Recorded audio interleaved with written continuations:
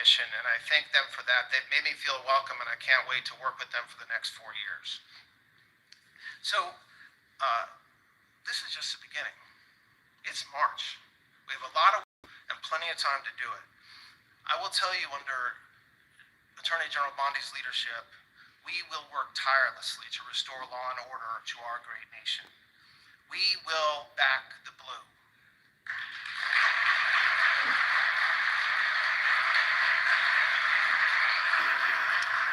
And I couldn't agree more with what Cash said a few minutes ago, that we are going to go after violent criminals and illegal aliens throughout our nation. I'm gonna stop talking now, and there's gonna be a brief break before you hear from the main event, Attorney General Bondi and the President of the United States. But I just want to thank, again, all of you folks for being here today. I want to thank President Trump for visiting us today on what is a truly historic day, and most of all, I want to thank all of you for being here. And we got a lot of work to do, and we're ready to do it. Thank you very much.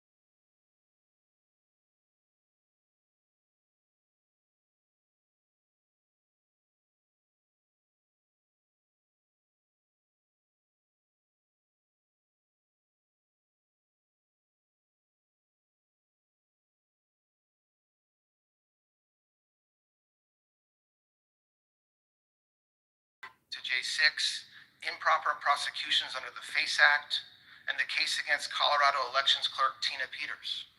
Under General Bondi's watch, the weaponization has stopped, period.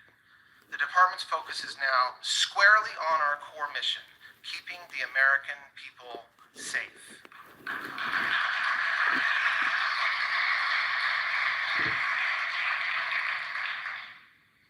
That was a brief overview, and as you can tell, we have been very busy doing a lot of work in this department since January 20th. And that would not have been possible with everybody in this room. Without everybody in this room.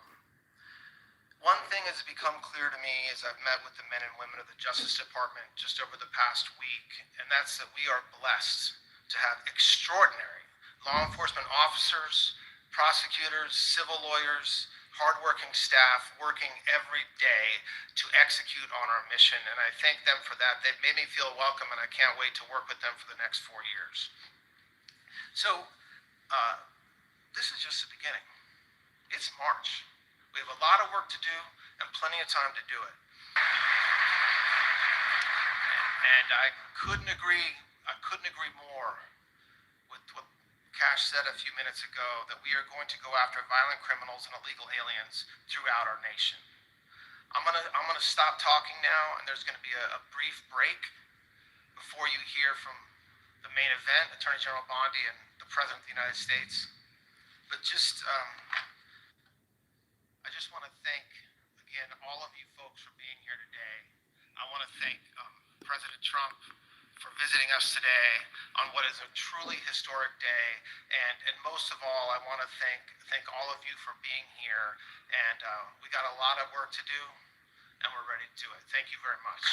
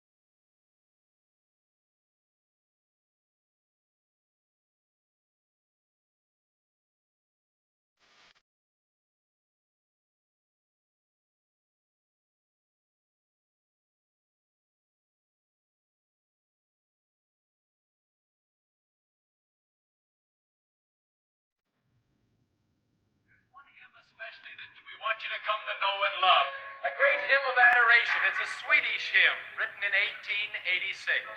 How Great Thou Art. Here in Melbourne, we have two crusade choirs. The ones you see on the platform this afternoon and down here have the red identification badge on, and we have a green choir which will be here tomorrow. We had over 1,400 of them registered. And we know that you'll enjoy their ministry and song, and just now we're going to ask them to come. Mr. Shea to come and the choir to join him in singing, How Great Thou Art.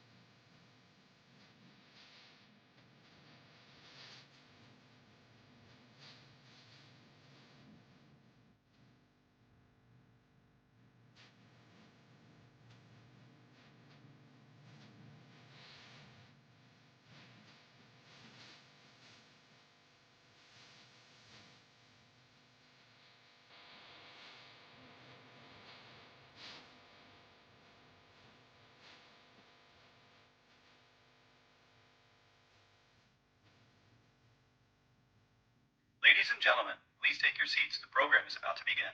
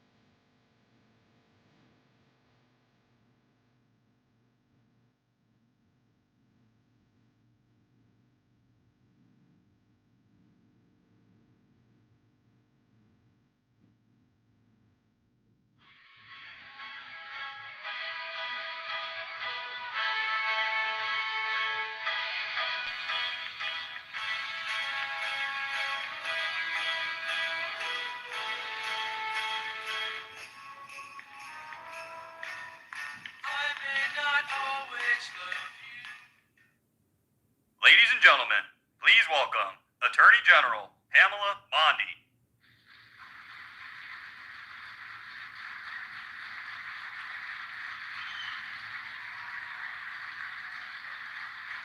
Hi, please be seated. Welcome to the Department of Justice. And I love our team. Todd Blanche, Emil Bovey, Cash Patel, soon to be Terry Cole, Gatti Seralta. Thank you all. We are going to fight to keep America safe again.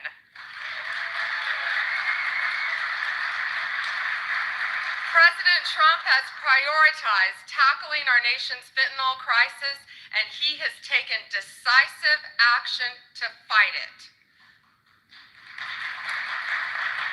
I want to thank our U.S. attorneys who are here today, our state attorneys general from all around the country. I see all my friends out there, my colleagues, who will work to prosecute violent criminals, get the drugs off our streets, get the gangs off our streets, and get the illegal aliens out of our country. And thank you to all of our federal, state, and local law enforcement officers who are here today who keep us safe every day and night. Thank you to all of you.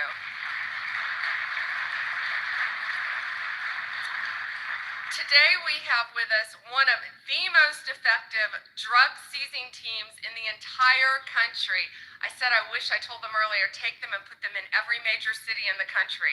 Since January, they have saved millions of lives taking drugs and illegal weapons off the streets of Boston. And Todd, they asked us for more U.S. attorneys. I told them we're on it. Could you all please stand? This is Boston's DEA strike team. Thank you all.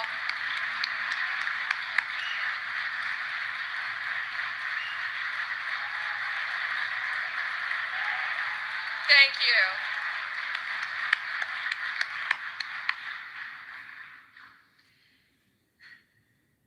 We also have two angel moms here today. Anne lost her son. He was 15. He thought he was taking a Percocet at school, and it was laced with fentanyl. And he was beautiful. And I'm so sorry. But all of these people in this room, thanks to the directive of Donald Trump, are going to keep our streets safe and protect our kids. Thank you for being here.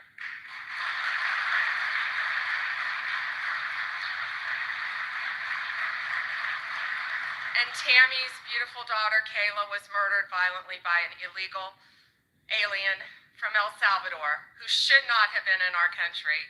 And thanks to Donald Trump, they will all be deported very soon, thanks to his work, Homeland Security, and I say the unsung hero, Stephen Miller.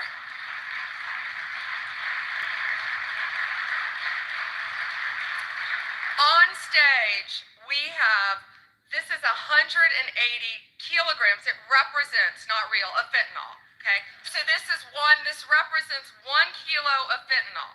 In its pure form, this 1 kilo can kill 500,000 people. The 180 there, in pure form, could kill 90 million people. That is the population of California, Texas, and Florida. That's what we're dealing with in our country. That's why angel moms go around the country. That's why Donald Trump has taken such a hard stance against cartels, securing our borders, getting these gangs and drugs out of our country. But look at that. That can kill 3 states in its pure form. That should terrify everyone. I see our senators made it. It's our senators, thank you. However, taking the drugs off the streets is only half the battle. President Trump has secured our borders and will continue to fight the cartels throughout this country, deport them all, or lock them up for the rest of their lives, thanks to our prosecutors around this country where they belong. Under the last administration, cartels, criminals, they freely walked in and out of our country with impunity.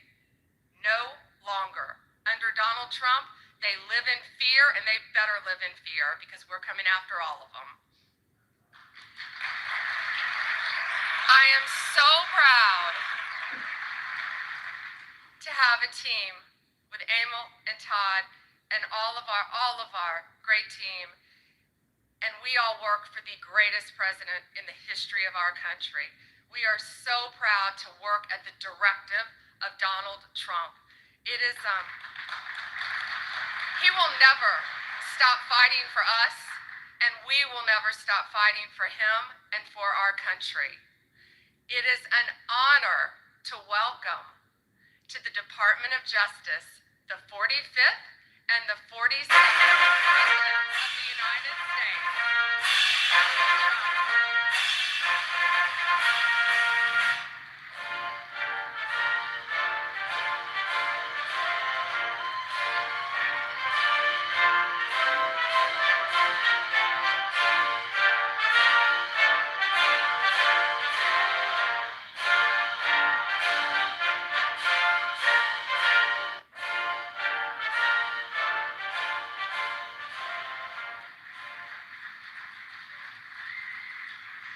Well, thank you very much.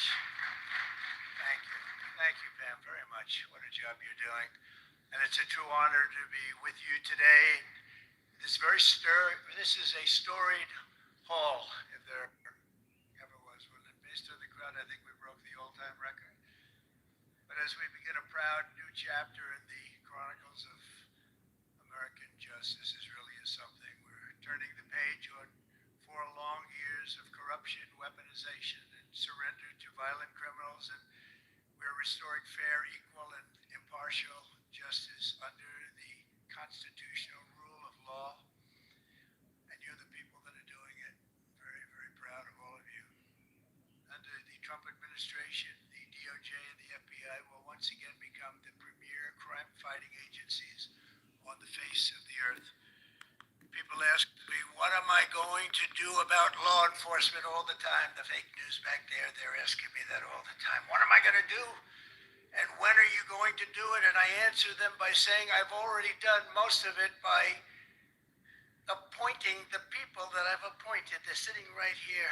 They've done most of it. I don't do it, they do it. Right, Pam? I think, oh, you are so tough, they just don't know yet. Let me begin by congratulating the incredible people who will lead these historic reforms. And we start with somebody that you just saw, Pam Bondi. She's extraordinary, and I've known her very well for a long time.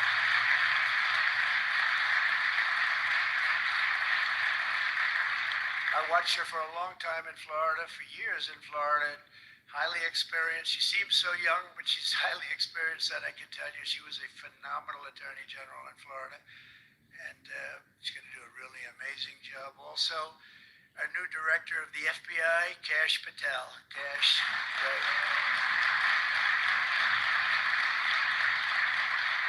a man that I'm very proud of. I've known him and Emil for a long time under a tremendous pressure. I saw these guys under some of the most corrupt judges. It's not even imaginable how corrupt they were. And these guys never wilted. They were not shy. They fought. They weren't afraid, and they were brilliant. Deputy Attorney General Todd Blanche and Principal Associate Deputy Attorney Emil Beauvais. And thank you both very much. Great people. They're great people. The Chief of Staff, who's so highly respected, Chad Mizell. Thank you, Chad. Chad? Thank you, Chad. Our next administrator of the DEA, Terry Cole. Terry? Thank you, Terry. Good luck. It'll be great. Senior counsel to the Assistant Attorney General for Civil Rights. Boy, I've been watching him on television last couple of weeks. He is really a tough one, and he's a great one. Leo Terrell, you watch how good he's going to be. He's going to be so good. Thank you, Leo. Great guy. Assistant Attorney General of the Antitrust Division, who's got an incredible reputation. She'll do very, very well. Gail Slater. Thank you, Gail. Good luck. Great job. Now, we're joined by many, many great friends and terrific friends, and I won't be able to, too many to name, but some that I just see very quickly. General Flynn, thank you for being here. Here's a man who went through hell, by the way, and he shouldn't have. He's a patriot. He went through hell. We're also pleased to be joined by Senator Chuck Grassley. And House Majority Whip. Hi, Chuck. House Majority Whip Tom Emmer. Tom, great job you're doing. Representative Guy Reschenthaler, one of the toughest names to say, but I got it perfectly, I think. And State Attorney General Ken Paxton, thank you very much. Thank you very much. Somebody who was with us early on, and she's really become a big star and very popular, Brenna Bird. Thank you, Brenna. Thank you very much. Steve Marshall, Alan Wilson, James Uthermeyer, Chris Carr, Dave Sunday, Marty Jackley, as well as White House Deputy Chief of Staff, Stephen Miller. What a man Stephen is. Become a big star. Right, Abel? Steve Miller. Steve has been something very special. For generations, the Federal Department of Justice was one of America's most revered institutions. The men and women of the DOJ brought down the mafia, hunted down the killers, kingpins, and spies, tracked down terrorists and traitors, and tore down corrupt political machines all across America. This department commanded the respect and admiration of the entire world. And with Pam and Cash and all of the people I introduced and far more, big numbers, and all of you sitting back there, I recognize so many of you.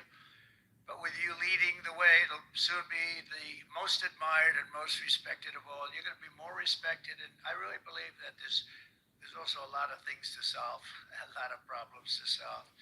But that's going to put you in the upper tier and maybe the top tier, and I believe that's going to happen. I'm so proud of the people in this room. But first, we must be honest about the lies and abuses that have occurred within these walls. Unfortunately, in recent years, a corrupt group of hacks and radicals within the ranks of the American government obliterated the trust and goodwill built up over generations. They weaponized the vast powers of our intelligence and law enforcement agencies to try and thwart the will of the American people. You remember the 51 intelligence agents that said, as an example, that Hunter Biden's laptop from hell came from Russia when they knew it came right from his bedroom. They knew that. It was a big lie, and they knew it so well. They spied on my campaign, launched one hoax and disinformation operation after another, broke the law on a colossal scale, persecuted my family, staff, and supporters, raided my home, Mar-a-Lago, and did everything within their power to prevent me from becoming the President of the United States. With the help of radicals like Mark Elias, Mark Pomerantz, and these are people that nobody's ever seen anything like it. It's so many others, but these are people that are bad people, really bad people. They tried to turn America into a corrupt, communist, and third world country. But in the end, the thugs failed and the truth won. Freedom won, justice won, democracy won, and above all, the American people won. There could be no more heinous betrayal of American values than to use the law to terrorize the innocent and reward the wicked. That's what they were doing at a level that's never been seen before. And it's exactly what you saw with Joe Biden, Merrick Garland, and their cronies to do the building of the last 4 years. What they've ripped down is incalculable. But what you're going to build up is likewise something that will be breaking all sorts of records. They set loose violent criminals while targeting patriotic parents at school board meetings. They dropped charges against Antifa and Hamas supporters while labeling traditional Catholics as domestic terrorists. The Catholics, we did very well with the Catholic vote, so I want to thank them for that. They really did, record numbers. I would say, what's with the Catholics? They're really after the Catholics, so I don't know. They're after a lot of people. Maybe they didn't even know why. They imported illegal alien murderers, drug dealers, and child predators from all over the world to come into our country while putting elderly Christians and pro-life activists on trial for singing hymns and for saying prayers. They went to jail for that. Our predecessors turned this Department of Justice into the Department of Injustice. But I stand before you today to declare that those days are over, and they are never going to come back. They're never coming back.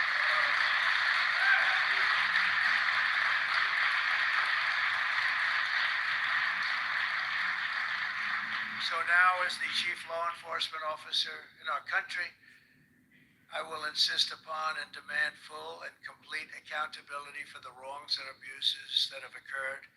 The American people have given us a mandate like few people thought possible. We won every single swing state. We won the popular vote by millions and millions of people. We won districts, 2,750. Think of that, 2,750 districts compared to 505. So we won it at levels that have, I don't believe, ever seen before. That's the one where you see the map of the United States and it's all red. Red for Republican, not for communist. Red for Republican. They would like it to turn red for communist, but it didn't work out that way. The American people have given us a mandate and really just a far-reaching investigation is what they are demanding into the corruption of our system. And that's exactly, I'm sure, what Pam and Cash and everyone else mentioned here and not mentioned is going to be doing. We will expel the rogue actors and corrupt forces from our government. We will expose and very much expose their egregious crimes and severe misconduct, of which was levels you've never seen anything like it. It's going to be legendary. It's going to also be legendary for the people that are able to seek it out and bring justice. We will restore the scales of justice in America, and we will ensure that such abuses never happen again in our country.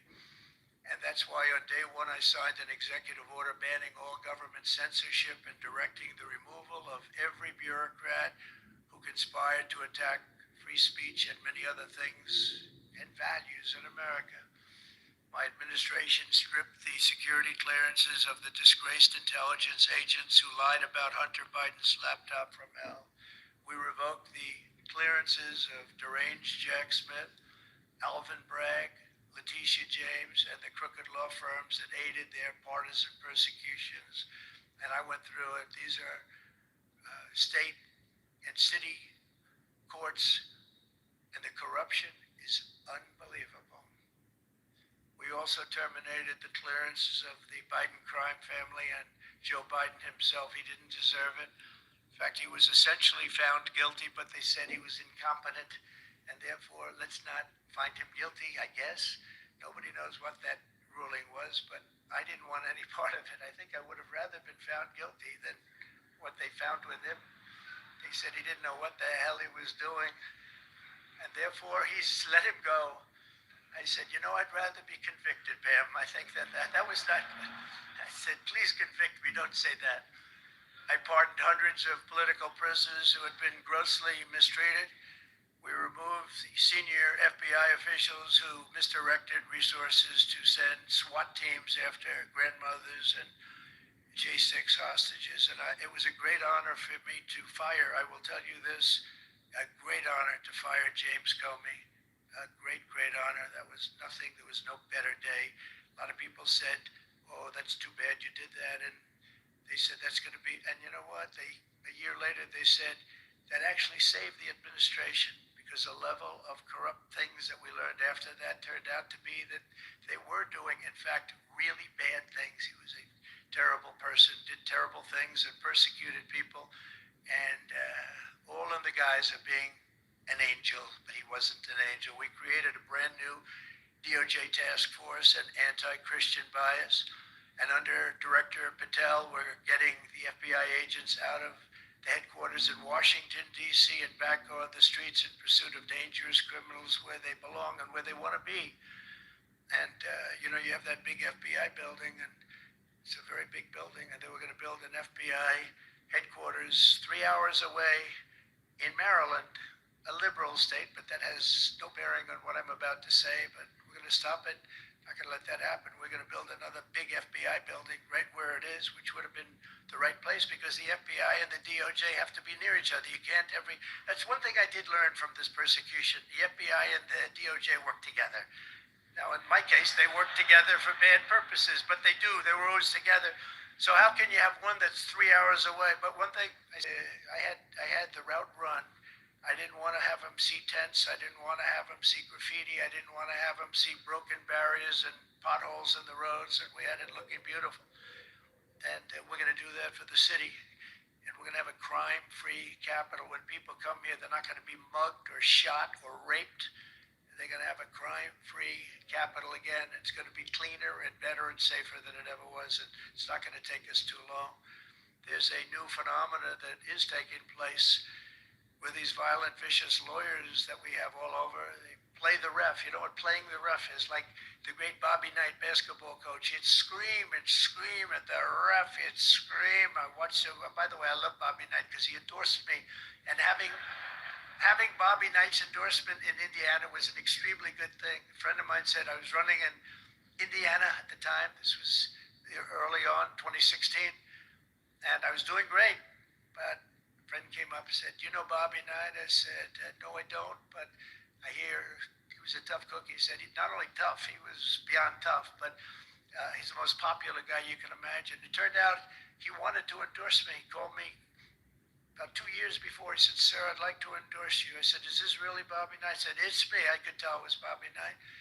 He had been known for throwing the chair across the court, slapping a player. Can't do things like that, right? And the man that came in fired him. It was a new administrator for the college. That guy didn't last very long. They were like 14-0, and they fired Coach Knight. That was not good, but he had a little chip in his shoulder. But he loved Trump, and he came in and he said, "I'd love to endorse you." He said, "If you ever run, please call me." So he said, "You know Bobby Knight?" I said, "Well, I don't know him, but he called me a couple of years ago." It was an amazing phenomenon. I took his number, and on each side of my desk in New York, I had stacks of paper, like nice and neat, but about 2 feet high each. And I said, I wrote his number down and I put it here 2 years ago. And I said, let me see if I can find it. It was almost like a miracle. I had other miracles that happened too. My ear is still throbbing. That was a miracle. That was a miracle also, wasn't it? That was a miracle also. Thank you. Thank you, Leo. Thank you. Thank you, my man. That was a miracle. Anyway, okay, that's it. That's very nice, thank you. But, so he said, Bobby Knight. So I said, I put his name down for me in packed arena in Indiana, and it was over. It was over. He was a tough guy. He actually went a little far, if you remember, he made a great speech because he was actually a motivational type guy, to put it mildly. But he left the stage, and then I was talking, and he walks back onto the stage. I said, "Uh-oh, this is trouble. Why is he coming back?" He was a big guy too. "Why is he coming back?" He said, "May I say a few more words?" I said, "Yeah, go ahead, Bobby. Say a few more words, a little different." And he said, "Let me tell you something about this guy, Trump. This guy, if he has to, will use the nuclear weapons that we have. He will use he has no fear. He's going to use, and that's the kind of guy." And he walked off the stage. I said, I think I'm in big trouble, Pam." That was not good, but it worked out okay. In the meantime, we won the state in a landslide, and it was great, and it was just an amazing period of time. But this is the most amazing period of time. I think this is more amazing. What's taken place is more amazing. I think it's more consequential, and if we do the job, one of the big media outlets said what we did was the most consequential election in the last 129 years. Well, if we do the job that we're all capable of doing, I think it's going to prove to be that and then some, and that's what we want to do. We have a real big shot at making this country so great. So great. What happened to our country was so sad. What they've done in 4 years to our country with the borders, with Afghanistan, the most embarrassing period of time, allowing the Russian situation was never going to happen with Ukraine. allowing October 7th to happen would have never happened because under me, Iran was totally broke. They had no money. They weren't giving any money to Hamas or Hezbollah. It was totally broke. But allowing inflation, look at what inflation's done to people, been so devastating. And now you see that, by the way, price of eggs is down 35% in the last week and a half. We're doing a good job. Brooke is doing a good job. Brooke Rollins and everybody. And inflation's down, interest rates are down, gasoline has come down to a level that we haven't seen in a long time. All things that we wanted to do, because then everything else is going to be coming down. We want it to come down. We want a powerful woman in the world, and that's okay with me. She is the most powerful woman. You think about it, John, right? The most powerful woman in the world, but she's great. And we had a great 90 days. It was a perfect 90 days, and it was a great result. But we want to put that result to good use by doing a phenomenal job. And I want to tell you that Todd and Emil know this very well. We had an amazing judge in Florida, and her name is Eileen Cannon. And I didn't know her. I still don't know her. I don't believe I ever spoke to her, even during the trial. But I did appoint her, federal judge. And these fake lawyers, these horrible human beings, were hitting her so hard, public relations-wise. They were playing the ref. I don't think it's legal. I don't think it's legal. They might as well go out and just shout it in a courthouse. They were saying she was slow, she wasn't smart, she was totally biased, she loved Trump. I didn't know her, other than I saw her the couple of days that I was in court, and I thought her decorum was amazing. Anything bad they could say, though, they were saying about her, it was whatever they could say bad about a human being, all made up. Because actually she was brilliant, she moved quickly. She was the absolute model of what a judge should be. And she was strong and tough. And how do you get them to stop if you're a judge? How do you get them to stop with the playing the ref? Bobby Knight would play the ref. That's why I brought up the Bobby Knight story. He would play the ref. He'd scream at the ref. He'd scream so hard. Oh, boy, it was terrible, actually. And the people would come up, his assistant coaches would come up to the place. Coach, don't do that. Don't do it. He said he's not going to change his tune, coach. He called it. He's not changing. I don't care. And he's screaming. That's when he threw the chair. He starts going crazy. And he said, no, he's not going to change this time, but he's going to change for the next play. And sure as hell he did. You know, Bobby, by the way, had the last undefeated team in basketball. And relatively speaking, you know, he had that team. He always had a team. He never had that. Well, he had a couple of great players, obviously, some top NBA players, but very few relatively. He had a team, but he won the national championship 3 times. But he had the last undefeated team in basketball.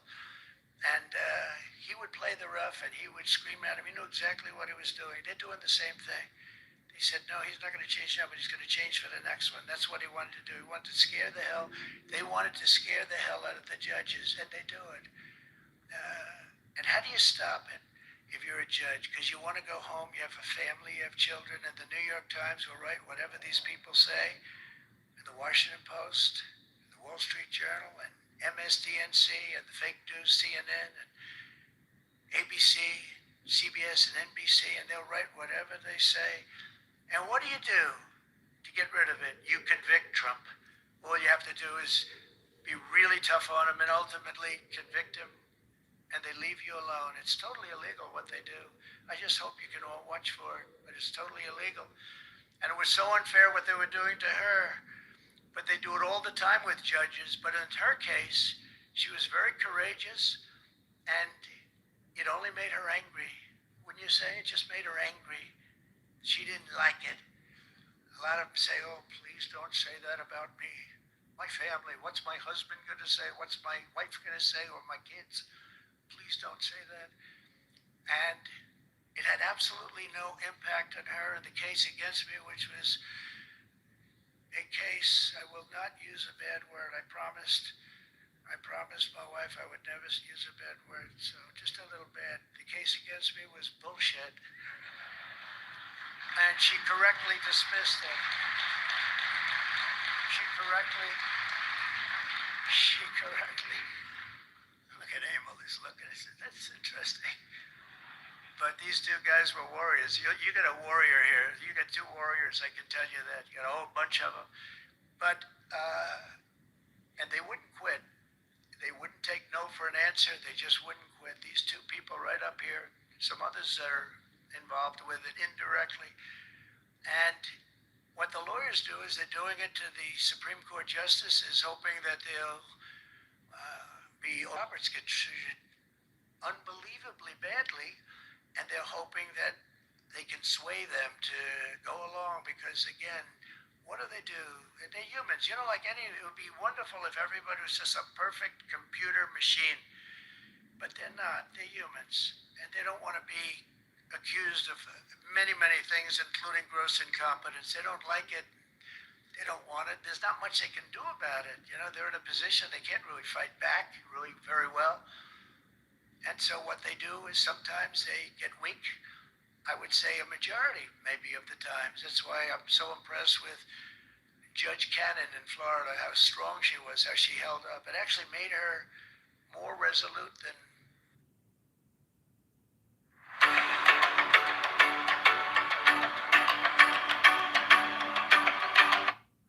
anything I've seen. I mean, it was amazing because they were hitting her so hard. It was so sad to watch this.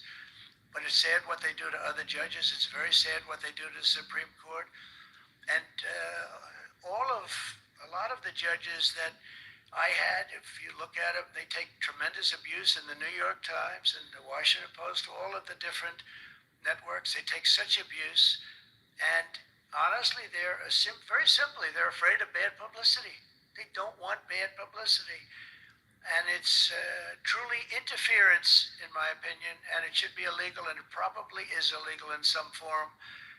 There's no difference than speaking to a judge or shouting to a judge or doing whatever you have to do in a courthouse. They're doing it behind the back. They're usually doing it anonymously. They're saying anonymously off the record, the judge is no good, but everybody knows where it's coming from. And it's totally coordinated. It's a campaign, and it's by the same scum that you have been dealing with for years, like guys like Andrew Weissman, deranged Jack Smith. There's a guy named Norm Eisen. I don't even know what he looks like. His name is Norm Eisen of Crew. He's been after me for 9 years. Now, Crew is a charitable organization.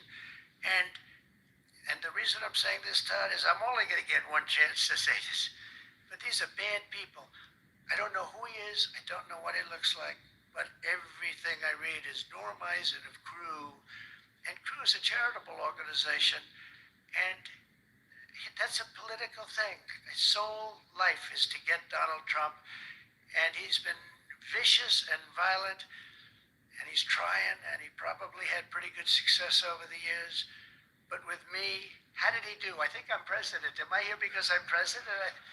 But we had to take all of that abuse. Even during the trials, we had to take tremendous abuse. Like, you know, these wonderful guys, they're not legitimate people. They're horrible people. They're scum. And you have to know that. And you're going to have these cases where you can't allow yourselves to be deflected. You just can't let it happen. You have such a higher calling. And I believe that CNN and MSDNC, who literally write 97.6% bad about me, are political arms of the Democrat Party. And in my opinion, they're really corrupt and they're illegal. What they do is illegal. It makes no difference how big a victory I had. I can have the biggest victory in history. It makes no difference what kind of a failure the other side has. These people are going to go after me. And I said it during the other night, during the big speech on Tuesday night. I said about Democrats, and I don't like that. I have great respect, by the way, for what Schumer did today. He went out and he said that we're going to have to vote with the Republicans because it's the right thing to do. I couldn't believe what I heard. But, you know, I think he's going to get some credit for it. I think. Let's see what happens tonight with the big vote as it comes. But these networks and these newspapers are really no different than a highly paid political operative. And it has to stop. It has to be illegal. It's influencing judges, and it's really changing law, and it just cannot be legal. I don't believe it's legal. and they do it in total coordination with each other. And everything we do, we're restoring law, restoring order, and restoring public safety in America. That's what we want to do. And we're bringing honor and integrity and accountability back to the highest levels of the FBI, DOJ, and throughout our government. We're bringing our country back faster than anyone ever thought possible. We're working so hard at doing it, and we want fairness in the courts. The courts are a big factor. The elections, which were totally rigged, are a big factor. We have to have honest elections. We have to have borders, and we have to have courts and law that's fair. Well, we're not going to have a country. Crooked Joe Biden got us into a real mess with Russia and everything else he did, frankly, but he didn't know about it, and he, generally speaking, signed it with auto pen. So how would he know? That auto pen is a big deal. I don't know. You know, they're having who's doing this? So when my people come up, Will and all of the people, Steve, they come up and, sir, this is an executive order. They explain it to me, and 90% of the time I sign it. 99% of the time I say do it, but they come up and I sign it. But you don't use auto pen. It's number one, it's disrespectful to the office. Number two, maybe it's not even valid because who's getting him to sign? He had no idea what the hell he was doing. If he did, all of these bad things wouldn't be happening right now. But we're going to get you back into a great position. We've already started. They say that we had the most successful first month of presidency. Not a long time, but it's still a lot. It's like if you're a golfer, sinking a 3-foot putt on the first hole gives you confidence to sink something on the second hole. But if you miss that first putt, you don't like to have the putt on the second hole and the third hole. It can be a very bad experience. It's nice to get that first month, and now we have more than a month. Now we have a month and a half. And it's going really, really well. I can tell you as a little secret, although the cameras are blazing back there, so it's not that much. But I think we're doing well, as you have been hearing about Ukraine. I think we're doing now well with Russia. We're speaking with President Putin. We want to get the war over. Not only have we spent maybe $350 billion to Europe's, think of that, $350 billion to $100 billion, and yet we're across the ocean far away, so it shouldn't have been that way, but Biden let that happen too. And we're getting a deal where we're going to get that back, but much more importantly are the lives that we're talking about. On average, 2,000 young people are being killed every single day. Now, they're not from here.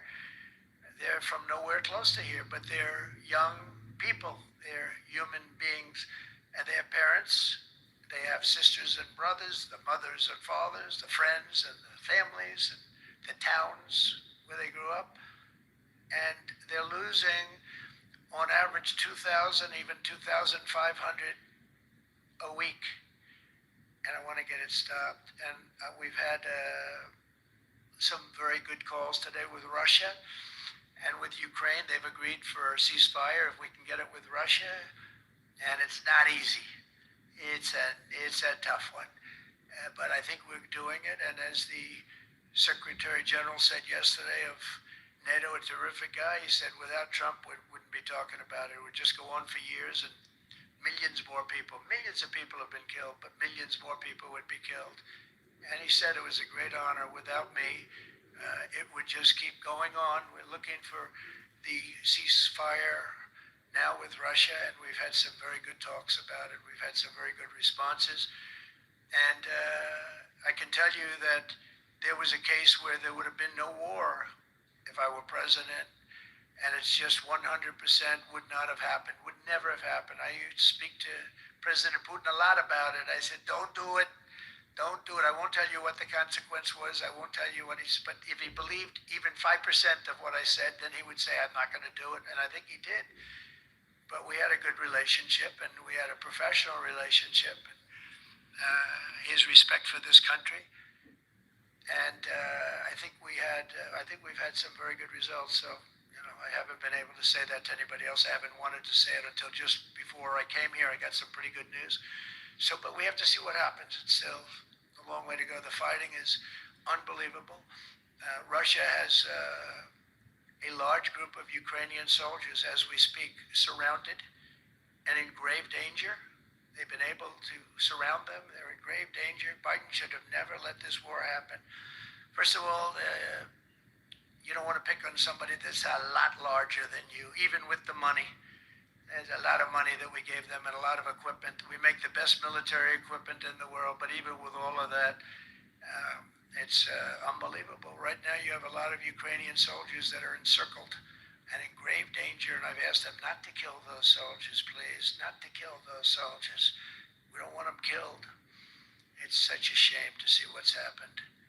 A thing like that would have never happened. Inflation would have never happened. October 7th would have never happened. Israel, Iran had no money. They were totally broke. Think of it. They had no money to give to anybody. They were totally broke. And within a short period of time, as soon as Biden came in, he took out all the sanctions. And China and everybody else that wasn't buying oil from Iran was buying it at levels that they never spent before. And it was a sad thing. And if you look at Afghanistan, that was probably what got Putin started, because when he looked at how horribly we looked, I think the most embarrassing day, not that we got out because we were getting out, I would have been out faster than them. I was the one that got it down to the right level. But we would have kept Bagram, the big Air Force base, we would have kept it. Right now, China occupies Bagram, and the reason we would have kept it is because they were 1 hour away from where China has and builds its nuclear missiles and weapons, and they gave that up. At the dark of night, they left the lights on, and they left the dogs behind, by the way. A lot of people say, what about all the dogs? They had a lot of dogs, and they left the dogs behind, and what a shame, what a shame. The way we got out, I think it was the most humiliating time in the history of our country. The way it happened, not that we were getting out, because we wanted to get out, but we would have gotten out with dignity and strength. And what a difference a rigged and crooked election had on our country when you think about it. And the people who did this to us should go to jail. They should go to jail. So I just want to say God bless America, because we have to say God bless. We're lucky we're still here, frankly. And this whole thing could lead, I think we have it. I think we have it.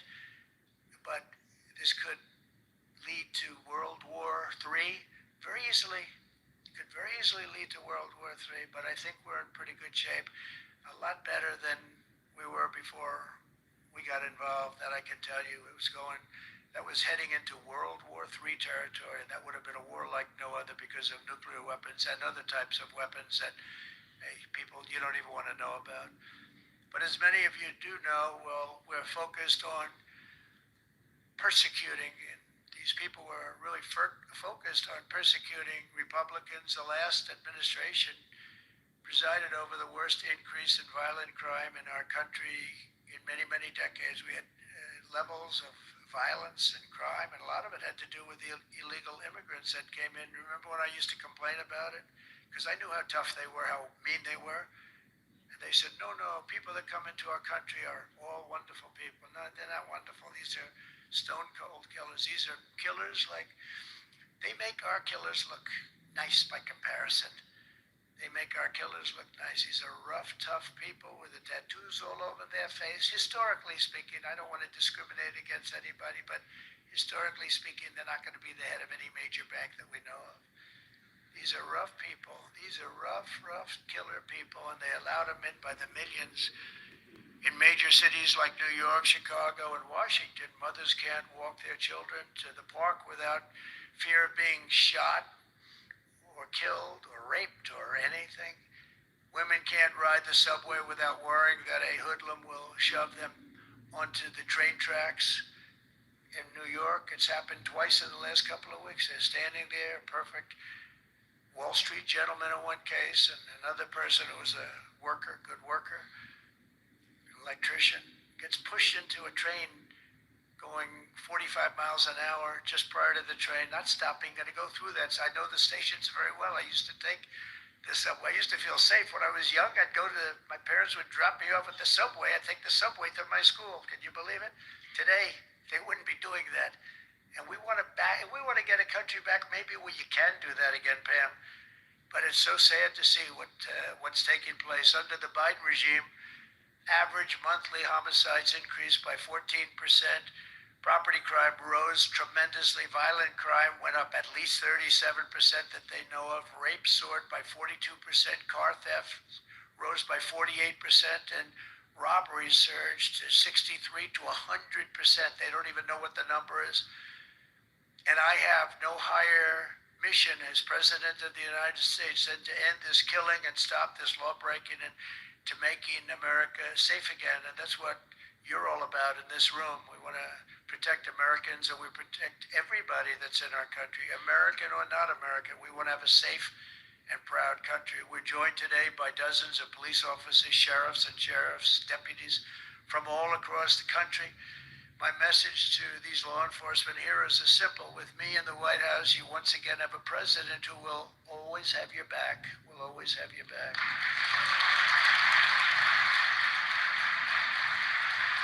Thank you, folks.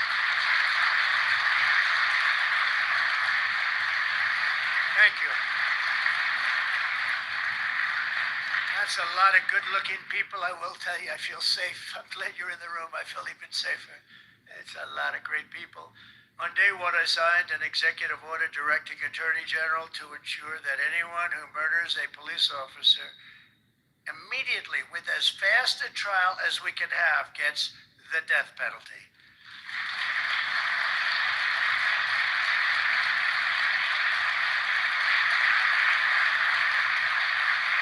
And last month, I fired all the radical left pro-crime U.S. attorneys appointed by Joe Biden. There were so many that were bad, and I know there were some that were probably very good, but there were so many that were so bad and so evil, so corrupt.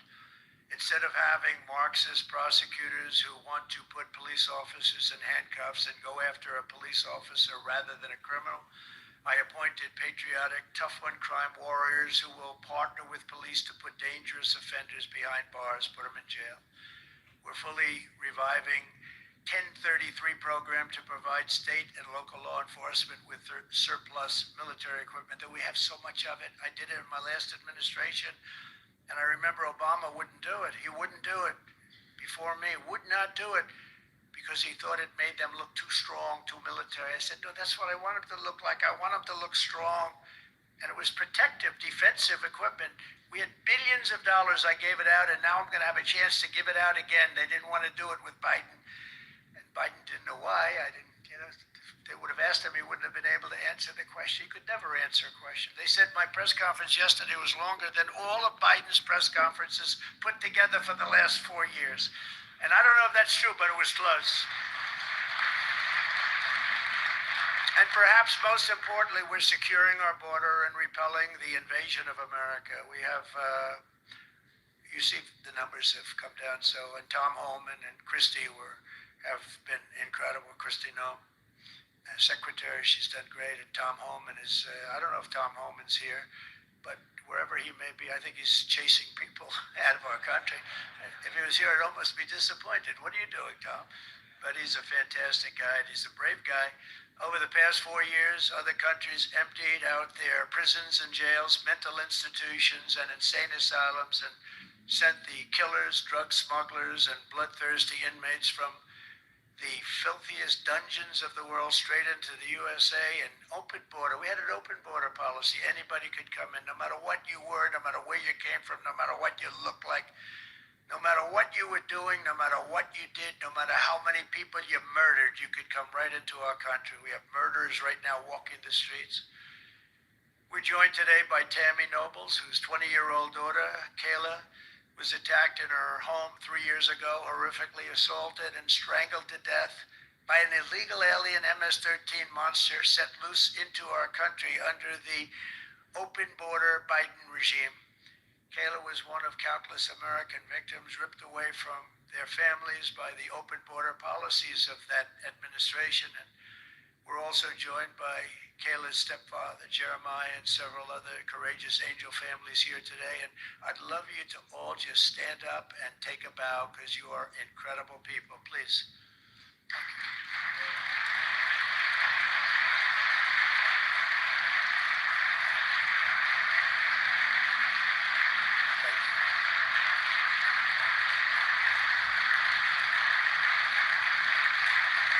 Thank you very much. Thank you. But I want you to know that we are working every day to expel these savages from our country and ensure that what happened to your loved ones will never happen again. So their legacy is going to be a great one. Thank you all very much. Appreciate it. On day one of my administration, I declared a national emergency on our southern border. Our first full month in office, we achieved the lowest level of illegal border crossings ever recorded. Okay? Even lower than 4 years ago.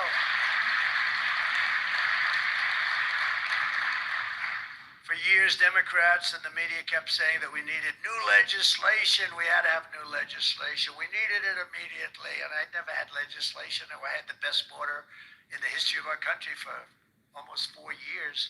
And by the time I got out, we had the lowest numbers ever. My favorite chart of all time was brought down that day, and on that chart said we had the lowest numbers ever. But it turned out that we really didn't need new legislation. All you needed was a new president.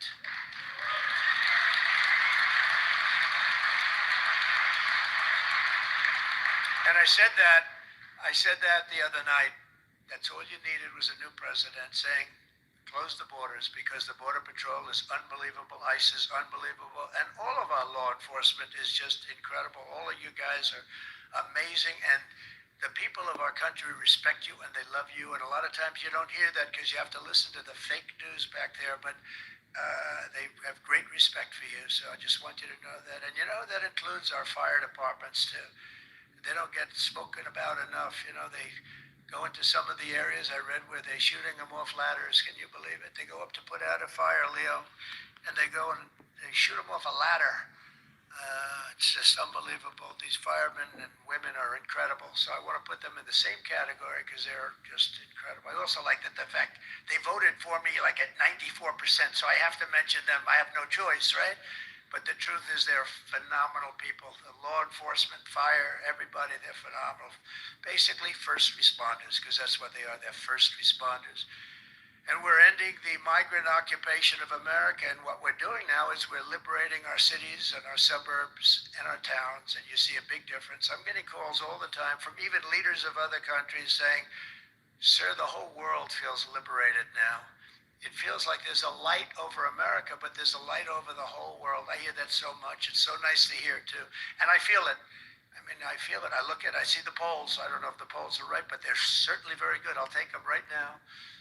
It's amazing what's taken place in such a short period of time. Really 6 weeks, but it's longer than that. It's really November 5th. I think that hopefully will go down, if you do your job great, it'll go down as the most important day, one of them at least in the history of our country. You know, July 4th was pretty, 1776, it was pretty important too. But let's see if we can top it. Can we top it? I don't know. That's a tough one, but we're going to try. But it will be one of the most important days in the history of our country. So I think, and I think everybody in this room wants that to happen. Last month, we officially designated MS-13 and Tren de Aragua. That's the Venezuelan gang, the toughest gang, they say, in the world, and the Mexican drug cartels as foreign terrorist organizations. That's a big deal. Nobody wanted to do that.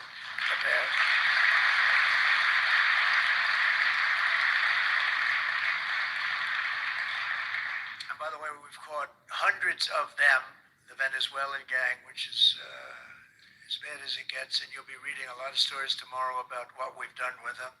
And you'll be very impressed, and you'll feel a lot safer too, because they are a vicious group. They went into Colorado. They took over areas of Colorado. They sort of were like me. They were in the real estate business, but they didn't go out and get financing. They just took over a building and kept it. And they said to the tenants, get the hell out of here. One man called the police, and they cut off his fingers, and they say, you call again, your other fingers, and you call a third time, and you're dead. These are tough people and bad people, and we're getting them out of our country. And some are so bad, we don't want to get them out. We have to put them in jail because we don't want to even take a chance that they can come back. Thanks to our efforts, Mexico recently handed over 29 of the biggest cartel leaders, including the depraved kingpin charged with the 1985 murder of DE agent Kiki Camarena. And that was a big deal, if you know. They've been looking for this person for years, many years, and we got him. This evil killer will be now prosecuted to the fullest extent of the law, and we know that, it's let's put it this way, I have to be nice. It's a very strong case. We're stopping the criminals pouring across our borders at record levels, and we're also stopping the massive quantities of deadly drugs. In 2023 alone, drug overdoses killed more Americans in 12 months than they did during the entire decade between 1980 and 1990, so 10 times more, but it's much higher than that. More Americans died from fentanyl last year than died in the Korean War, or the Iraq War, or the Afghanistan War, all of them combined. That's why I placed large tariffs on Mexico, Canada, and China, and they will remain in place until these deadly poisons stop pouring into our country. And I will tell you, as soon as I put on the tariffs on Mexico, Canada, and China, unbelievable results have been seen in the last few weeks. Unbelievable results. They weren't happy about it. You probably read they weren't happy, but they are working like hell to end it. They weren't working very hard before I did that. With us today is a brave mother and advocate, Ann Fundner, who lost her beautiful 15-year-old son, Weston, to fentanyl. And Ann, if you would, I'd like to ask you to come up and say a few words, please. Thank you.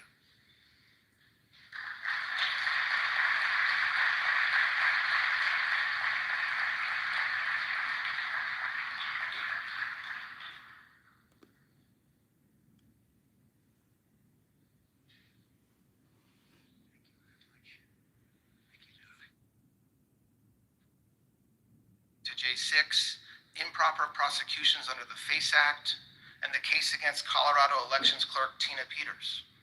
Under General Bondi's watch, the weaponization has stopped, period. The department's focus is now squarely on our core mission, keeping the American people safe.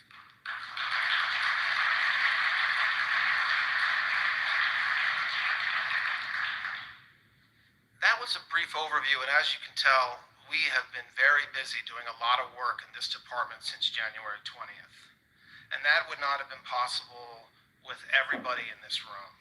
Without everybody in this room. One thing has become clear to me as I've met with the men and women of the Justice Department just over the past week, and that's that we are blessed to have extraordinary law enforcement officers, prosecutors, civil lawyers, hardworking staff working every day to execute on our mission, and I thank them for that. They've made me feel welcome, and I can't wait to work with them for the next 4 years. So, this is just the beginning. It's March. We have a lot of work to do and plenty of time to do it. I will tell you, under Attorney General Bondi's leadership, we will work tirelessly to restore law and order to our great nation. We will back the blue.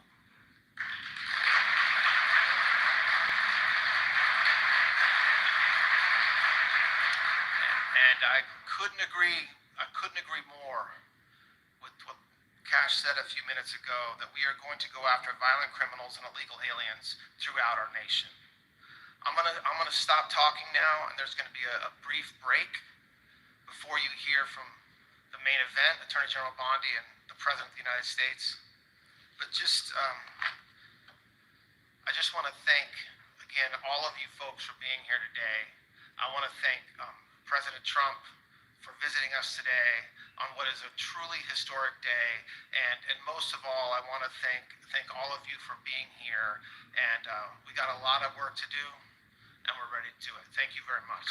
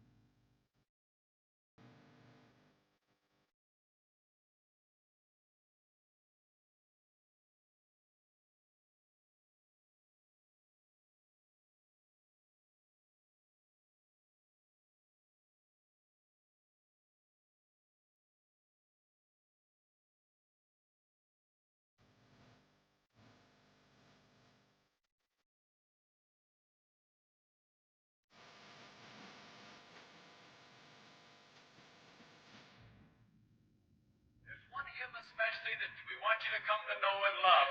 A great hymn of adoration. It's a Swedish hymn written in 1886. How Great Thou Art. Here in Melbourne, we have two crusade choirs. The ones you see on the platform this afternoon and down here have the red identification badge on, and we have a green choir which will be here tomorrow. We had over 1,400 of them registered. And we know that you'll enjoy their ministry and song, and just now we're going to ask them to come. Mr. Shea to come and the choir to join him in singing, How Great Thou Art.